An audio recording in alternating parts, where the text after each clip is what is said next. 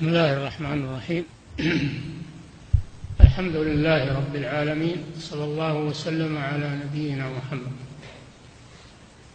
نخص في هذه الكلمة النساء المسلمات ممن يحضرن في هذا المسجد ومن وراءهن من أخواتهن أن يتقين الله سبحانه وتعالى في أنفسهن، فإن النبي صلى الله عليه وسلم أخبر أن النساء أكثر أهل النار، وذلك بسبب مخالفاتهن الكثيرة، وهذا شيء واضح على النساء في زماننا هذا، فإنها لما جاءت الفتن وتساهل الناس في أمور دينهم واختلط الحابل بالنابل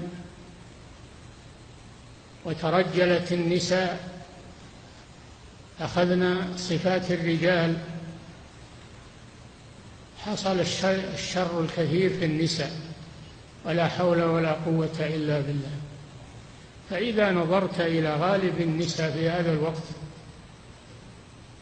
تقول ليس هذا هو ما كانت عليه النساء المسلمات قبل زمن يسير. النساء الآن تغير وضعهن جدا، استرجلن، خرجن على الحياة وبرزن في الأسواق وفي المكاتب وفي كل مكان، طالت ألسنتهن بالكلام، وأعظم من ذلك تساهل في الحجاب والستر في النساء وفي البنات الصغار، حتى البنات صرن يربين على عدم الستر وعلى عدم الحياء. لباس فات لا يستر، كما قال صلى الله عليه وسلم في أهل النار: صنفان لم أرهما، نساء كاسيات عاريات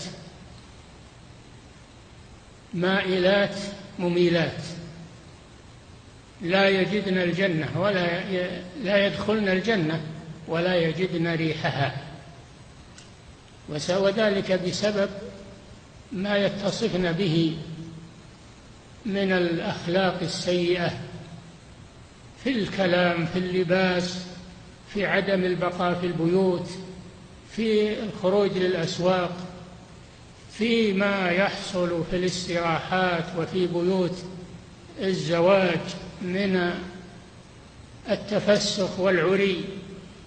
يأتين كاشفات الصدور والظهور والسيقان والأعضاد، يلبسن لباس الإفرنجيات لا لباس المسلمات. يا عباد الله اتقوا الله، كفوا نساءكم عن هذه الأخلاق السيئة، فقد استرعاكم الله، استرعى الله الرجال على النساء. الرجال قوامون على النساء بما فضل الله بعضهم على بعض. لا تتركوا زوجاتكم وبناتكم وقريباتكم وأخواتكم المسلمات على هذا الوضع السيء، فإن بني إسرائيل إنما هلكوا بسبب النساء. قال صلى الله عليه وسلم: ما تركت بعدي فتنة أضر على الرجال من النساء. وقال عليه الصلاة والسلام: واتقوا فتنة النساء فإن فتنة بني إسرائيل كانت في النساء.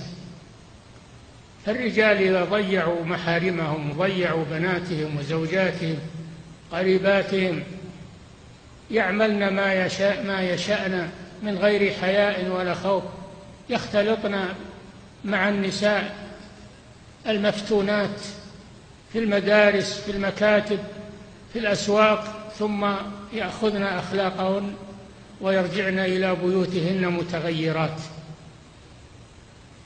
هذا ما أفسد المجتمع وعرضه لعقوبات لا يعلمها إلا الله سبحانه وتعالى. فعلى المرأة التي تخاف الله أن تصلح نفسها بأوامر الله عز وجل وتجتنب نواهيه، عليها أن تصلح بناتها التي هي راعية عليهن في بيتها، عليها أن تصلح في بيتها وما حولها، لا تلبس بناتها اللباس الفاتن، اللباس الذي يشبه العري، لباس الكافرات الفرنجيات، البنطلونات الأسمى لا أعرفها. الآن لو ذهبت إلى الأسواق لتشتري لنسائك ملابس ما وجدت ملابس المسلمات، إنما تجد ملابس الغربيات، وأما ملابس المسلمات فقد اختفت من الأسواق. وكذلك عند الذين يخيطون الملابس ما تجدهم يخيطون على اللباس الشرعي، إنما يخيطون على رغبة النساء ملابس فاتنة لا تستر. فاتقوا الله يا عباد الله، فإنكم مسؤولون رجالا ونساء أمام الله سبحانه وتعالى. فإن الله جل وعلا قال ليعذب الله المنافقين والمنافقات والمشركين والمشركات، فهناك منافقات وهناك مشركات وهناك فاسقات وهناك مستغربات. فاتقوا الله، أنقذوا أنفسكم، أنقذوا بناتكم وزوجاتكم، أنقذوا محارمكم قبل أن يفجأكم من غضب الله ما لا تطيقون.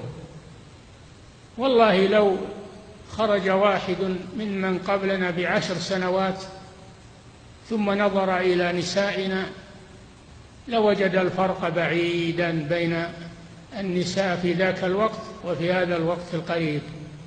تغيرت الأمة، تغيرت الأزمنة، تغيرت الملابس، وكل ذلك بسبب التفريط وعدم المبالاة وعدم قوامة الرجال على النساء وعدم قيام الأمهات على بناتهن. إذا نشأت الأم بناتها الصغار على العري، على ملابس السوء وملابس الفتنة، فكيف ونشأت البيوت على هذا، فكيف يرجى للأمة حينئذ، يرجى لها مستقبلا طيبا سالما من الفتن؟ إذا سمحنا للفتن أن تدب إلينا تدخل بيوتنا ومجتمعاتنا هلكنا جميعا. فإن الله جل وعلا قال واتقوا فتنة لا تصيبن الذين ظلموا منكم خاصة. فإن المعاصي والمنكرات إذا ظهرت ولم تغير فإن العقوبة تعم الجميع، الصالح والطالح، الطالح لأنه عاصي والصالح لأنه لم ينكر ولم يقم بما أوجب الله عليه، فتعمهم العقوبة والعياذ بالله. فعلينا أن نتقي الله. اتقين الله أيتها النساء، تواصينا بالحق، تواصينا بالصبر، اصبرنا على الفتنة، لا تنسلخن مع من انسلخنا من الفاسدات ومن النساء المستغربات، ويقولون هذا تشدد وهذا تنطع وهذا إلى آخره، هذا تحجر. يصفون الإسلام بهذه الأوصاف، يصفون من يتمسك بدينه بهذه الأوصاف، لكن علينا الصبر وأن لا نلتفت إلى هؤلاء ولا إلى مقالاتهم، بل نتمسك بديننا وأخلاقنا حتى نسلم من عقوبة الله سبحانه وتعالى.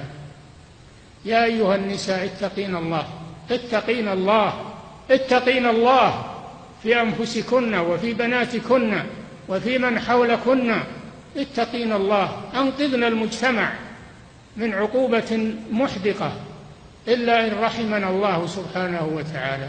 أسأل الله عز وجل أن يوفقنا وإياكم لصالح القول والعمل.